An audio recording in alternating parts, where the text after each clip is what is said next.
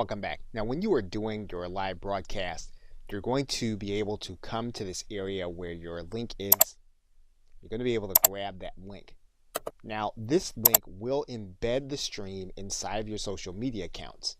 And you'll want to do this in a certain way for Facebook in particular.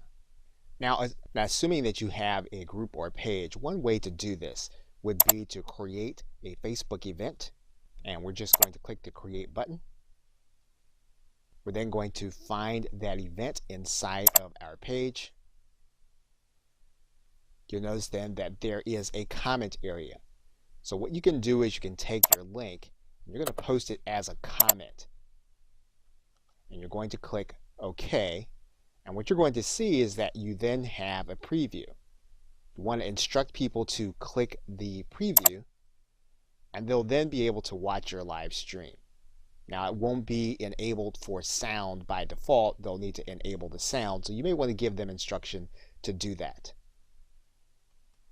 They will also be able to embed the stream on LinkedIn in the very same way, but this will be in their status. Now, by posting to Twitter, all you'll have is your direct link.